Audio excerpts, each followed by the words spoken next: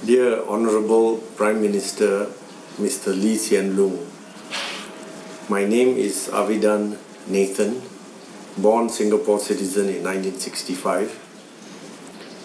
I'm an ordained Christian minister for already 31 years in and for Singapore. I worship the God of Israel. The single purpose of this video clip is to make a formal and a public apology both to the Singapore government and also to all Singaporeans for what had happened through and in the City Harvest Church saga that has affected us all. Sir, this gesture is my own initiative. No church leader or Christian institution influenced me or directed me to do this. It is clearly my duty and moral obligation to speak the truth to all concerned as God's servant sent to and for Singapore. Sir, all the 4 men out of the 6 leaders that were charged are known personally by me, namely Kong Hee, Tan Yi Ping, John Lam and Chew Eng Han.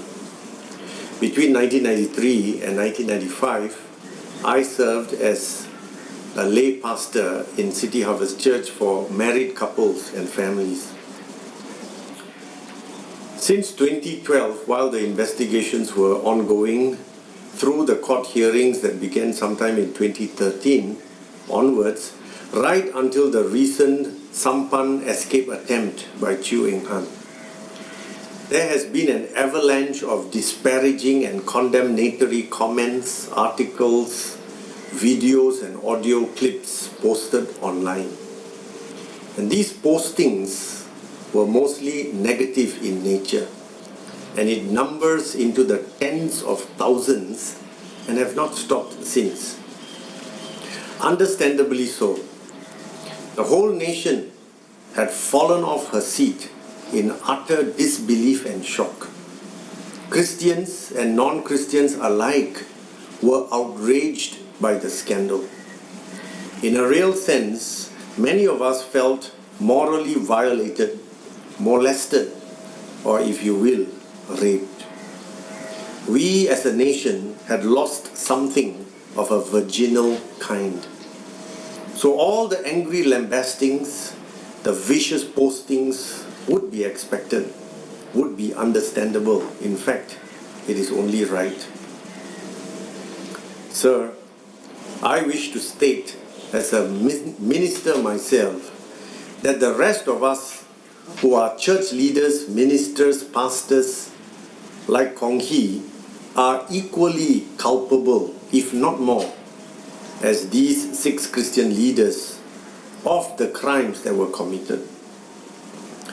We have already done the disdainful thing in our minds to tactically separate Kong Hee and the CHC from the rest of us, cleverly absolving ourselves from any involvement, from any guilt that comes in the saga. The truth of the matter is that we are, as the corporate leadership for the church in this nation, we are collectively responsible for what had happened to these 6 leaders and to the thousands of young ones. Sir, I am very sure that God Himself will hold us all accountable for this. The entire Christian populace in the nation, made up of hundreds of different congregations, is supposed to be one family, where the fathers, who are the more mature and older ones, are expected to raise the younger ones in the way, in the path of righteousness in all aspects of life. It is a moral obligation. It is an inherent human instinctive thing to do it. Every father who's got children will know it. Raise up your children properly. Correct them, check them, teach them, discipline them. Kong Hee and many other younger ministers who are still out there have not been through the rigors of discipline by the fathers of the nation's church family. Sadly, sir, we are a divided people, but shamelessly portray to the nation that we are all united. The truth is that Christian leaders are minding their own little religious enterprises with little or no regard for the younger ones, let alone the God whom they purport to serve. So, sir, it was a total disgrace to the nation's church leadership that our Singapore government had to do our job for us. Millions of taxpayers' money to indict and punish these errant, wayward sons. They should have been checked, these sons I mean. They should have been checked, corrected and disciplined by the church fathers in their wrong practices a long time ago. But it did not happen. So, sir, I do not know if anyone else has brought this to your notice or thought to file this sort of a formal apology to your office, but I am doing it here and now.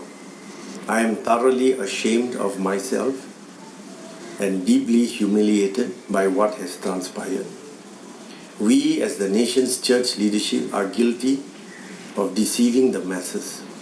We shamelessly exploit the ignorance and the innocence of both the young and old folks who come to us believing that we would direct them back to the one true God in a life path of righteousness. Sadly, we have become adept at using the truth to subvert the truth. And so we dishonor God in the name of God. And instead of directing people back to God, we direct them to ourselves. And in the process, we destroy lives. We are all of us, sir, hypocrites, masqueraders.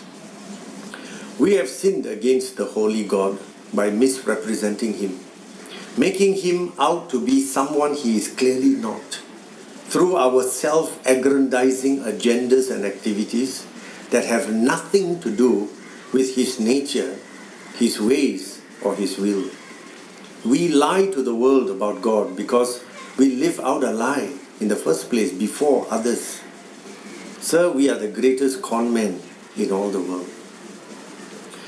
The church is supposed to be the nation's conscience, supposed to be a moral compass, to act as a moral compass, to point people in the right direction. We are supposed to preach the truth. How? By living it first in our personal lives and families. But we Christian leaders, we talk more than we do the walk. There's more talk than walk. So we have grievously sinned against God, failed the nation, and done incalculable damage to both the Christians and also the whole nation. So, sir, I stand before you ashamed. I stand before Singaporeans as equally guilty along with my brothers, Kong Hee and the rest of them. I will not only say sorry, because it's just a word, but I really hope to do something about this. So, sir, if your office, if yourself, you require any kind of clarifications from me, I will present myself.